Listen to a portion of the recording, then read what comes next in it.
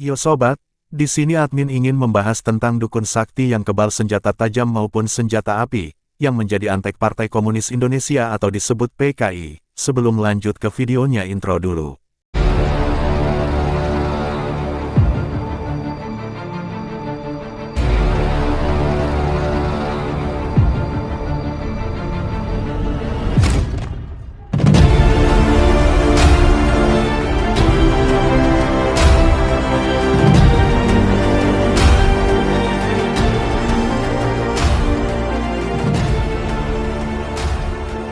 Mari kita bahas kisah Mbah Suro dukun sakti kebal senjata yang menjadi antek Partai Komunis Indonesia atau PKI, hancur setelah ditumpas oleh satu kompi Kopassus. Beginilah kisah Mulyono Surodiharjo yang dikenal sebagai Mbah Suro dengan kesaktiannya kebal senjata. Namanya Mbah Suro. Mbah Suro adalah dukun sakti yang paling ditakuti oleh kalangan PKI di Desa Nginggil. Desa Nginggil tepatnya di Kabupaten Blora, Jawa Tengah. Mbah Suro lahir tanggal 17 Maret tahun 1921. Meskipun begitu, Mbah Suro pernah menjabat sebagai kepala desa atau lurah Nginggil pada tahun 1952 hingga 1962. Dia kemudian mendirikan padepokan atau pertapaan yang mengajarkan klinik pada Januari tahun 1966. Bulan demi bulan, semakin banyak orang yang mendatangi padepokannya untuk berobat supranatural dan ngelmu klinik. Buat yang gak tahu ilmu klinik, admin jelaskan sedikit. Ilmu klinik adalah ilmu kanuragan, ilmu untuk mencari kesempurnaan hidup, tetapi batinnya bukan didekatkan kepada Tuhan. Pada saat itu, kondisi ekonomi masyarakat yang dilanda kesusahan kala itu dimanfaatkan oleh sisa-sisa PKI melalui padepokan Mbah Suro Nginggil untuk menyebarkan propaganda anti-Pancasila.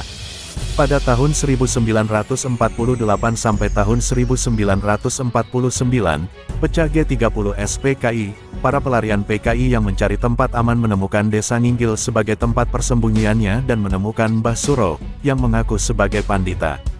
Antek-antek PKI melalui pengaruh kekeramatan Mbah Suro Nginggil, gencar melancarkan propaganda kepada masyarakat.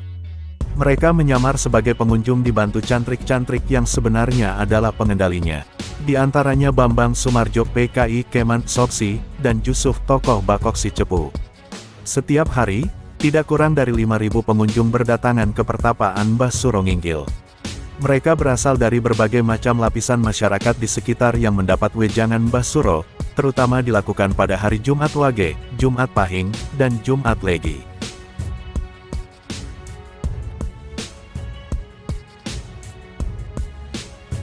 Pertapaan Mbah Suro Nginggil dimanfaatkan sebagai tempat penyusunan kekuatan bersenjata oleh antek PKI. Sesuai dengan strategi dasar perjuta komunis, mereka menyusun kekuatan dengan membentuk pasukan tempur yang terdiri dari pria dan wanita yang terlatih secara kemiliteran. Berdasarkan laporan Kopkamtib di objek Mbah Suro di Desa Nginggil, pasukan laki-laki dinamai Banteng Wulung dan pasukan wanita bernama Banteng Sarinah. Pasukan Banteng Wulung berkekuatan 200 orang dipimpin oleh Mbah Suro dan dibantu oleh dua cantrik utusan yakni Letda BT yaitu bebas tugas, Suradi dan Letda BT Legi. Sedangkan pasukan Banteng Sarinah berkekuatan 30 orang.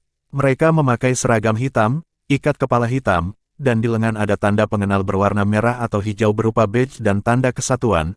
Pasukan Mbah Suro memelihara kumis, jenggot, dan berambut panjang. Dalam aksinya, mereka melakukan pembunuhan terhadap orang-orang yang dianggap musuh. Maka dari itu, aksi Mbah Suro dan pengikutnya yang meresahkan masyarakat direspon pemerintah daerah setempat melalui Peperda Jawa Tengah. Mbah Suro diperintahkan menutup pertapaan dan melarang menerima tamu-tamu dari luar, terutama anggota-anggota ABRI yang kini menjadi TNI.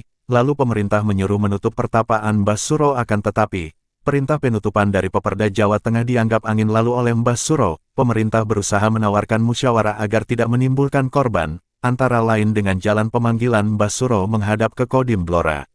Namun demikian, usaha itu tidak berhasil. Kemudian diadakan panggilan lagi melalui CPM, juga tidak berhasil. Panggilan ketiga dilakukan melalui anggota Koramil Menden, juga tidak berhasil. Bahkan anggota tersebut mendapatkan pukulan dari salah seorang cantrik Mbah Suro. Karena tidak berhasil diajak berunding secara damai, maka Dandim 0721 atau Pepekuper mengambil keputusan untuk segera mengadakan penyelesaian persoalan Nginggil ini, yaitu dengan kekuatan senjata. Sambil menunggu keputusan Peperda Jateng, Dandim 0721 atau Pepekuper mengambil tindakan blokade baik secara ekonomi maupun pelarangan para pengunjung. Dalam buku, Sintong Panjaitan Perjalanan Seorang Prajurit Para Komando, karya Hendro Subroto, saat itu Komando Pasukan Khusus atau Kopassus diterjunkan mencari Mbah Suro dan pengikutnya. Dalam operasi penangkapan dan pembubaran praktik perdukunan Mbah Suro, Kopassus membuat strategi khusus. Penyerbuan Padepokan Mbah Suro dilakukan Kodam 7 Diponegoro beserta satu kompi RPKAD kini berganti nama menjadi Kopassus di bawah pimpinan Faisal Tanjung. Dalam penyerbuan itu, alhasil Mbah Suro pun berhasil ditaklukkan dan padepokannya dihancurkan pada tanggal 5 Maret tahun 1967.